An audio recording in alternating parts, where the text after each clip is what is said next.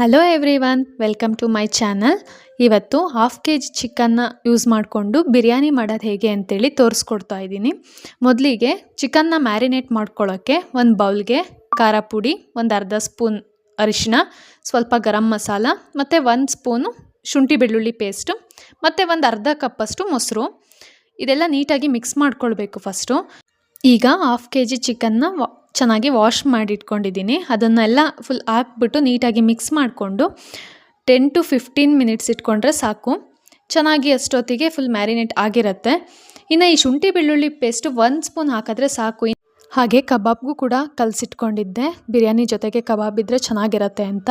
ಇನ್ನು ಬಿರಿಯಾನಿ ಮಸಾಲೆ ಬಂದುಬಿಟ್ಟು ಒಂದು 8 ಮೆಣಸು, ಒಂದು 3 ಏಲಕ್ಕಿ, ಚಕ್ಕೆ, ಒಂದು 3 ಪೀಸು ಲವಂಗ, ಒಂದು 3, ಸ್ವಲ್ಪ ಅರಿಶಿನ, ಸ್ವಲ್ಪ ಗರಂ ಮಸಾಲ, ಒಂದು ಸ್ವಲ್ಪ ಮೊಸರು, ಈರುಳ್ಳಿ ಒಂದು 3 ತೊಗೊಂಡಿದ್ದೀನಿ ಅರ್ಧ ಕೆ ಜಿಗೆ. ಇನ್ನು ಕೊತ್ತಂಬರಿ ಸೊಪ್ಪು ಮತ್ತು ಪುದೀನ ಒಂದು ಸ್ವಲ್ಪ ತೊಗೊಂಡ್ರೆ ಸಾಕು.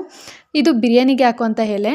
ಇನ್ನು ಮೆಣಸಿನ್ಕಾಯಿ ಬಂದುಬಿಟ್ಟು ಒಂದು 4 ತೊಗೊಂಡಿದ್ದೀನಿ, ಟೊಮೊಟೊ ಹಣ್ಣು ಒಂದು 4 ತೊಗೊಂಡಿದ್ದೀನಿ, ಸ್ವಲ್ಪ ಶುಂಠಿ ಬೆಳ್ಳುಳ್ಳಿ ಪೇಸ್ಟು.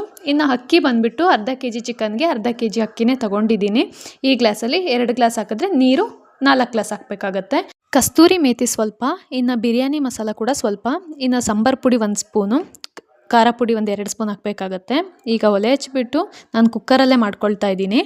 ಎಣ್ಣೆ ಕಾದ್ಮೇಲೆ ಚಕ್ಕೆ, ಲವಂಗ, ಮೆಣಸು, ಏಲಕ್ಕಿ ಎಲ್ಲ ಹಾಕ್ಕೊಂಡು ಈ 4 ಏನು ಮೆಣಸಿನ್ಕಾಯಿ ತೊಗೊಂಡಿದ್ದೆ ಅದನ್ನು ಹಾಕ್ಕೊಂಡು ಫ್ರೈ ಮಾಡ್ಕೊಳ್ಳೋಣ.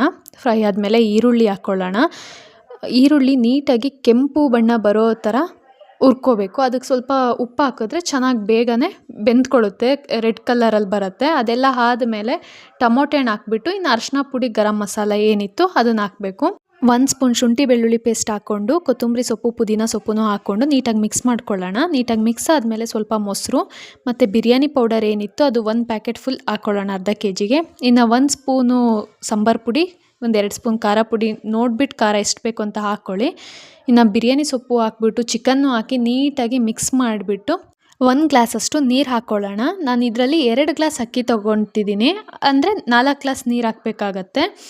ಈಗ ಇದು ನೀರೇನು ಕುದೀತಾ ಇದೆ, ಕುದಿ ಬಂದಮೇಲೆ ಅಕ್ಕಿ ಏನಿದೆ ಅದನ್ನು ಹಾಕ್ಕೊಂಡು ನೀಟಾಗಿ ಮಿಕ್ಸ್ ಮಾಡ್ಕೊಳ್ಳೋಣ ಒಂದು ಸಲ. ಎಲ್ಲ ಆದಮೇಲೆ ಲಾಸ್ಟಿಗೆ ಕಸ್ತೂರಿ ಮೇಥಿ ಹಾಕ್ಕೊಳ್ಳೋಣ. ಮೆಂತ್ಯ ಸೊಪ್ಪಿದ್ದರೆ ಮೆಂತ್ಯ ಸೊಪ್ಪು ಕೂಡ ಯೂಸ್ ಮಾಡ್ಕೋಬೋದು ಹಸಿದು. ನಾನು ಅದಕ್ಕೆ ಇರಲಿಲ್ಲ, ಕಸ್ತೂರಿ ಮೇಥಿ ಹಾಕ್ಕೊಂಡಿದ್ದೀನಿ.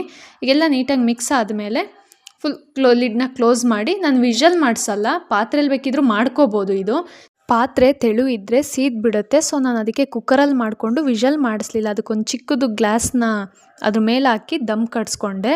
ಈಗ ಬಿರಿಯಾನಿ ಕೂಡ ರೆಡಿಯಾಗಿದೆ. ಅದ್ರ ಜೊತೆ ಕಬಾಬ್ ಕೂಡ ಮಾಡ್ಕೊಂಡಿದ್ದೆ. ಈಗ ಬಿರಿಯಾನಿ ಮತ್ತು ಕಬಾಬ್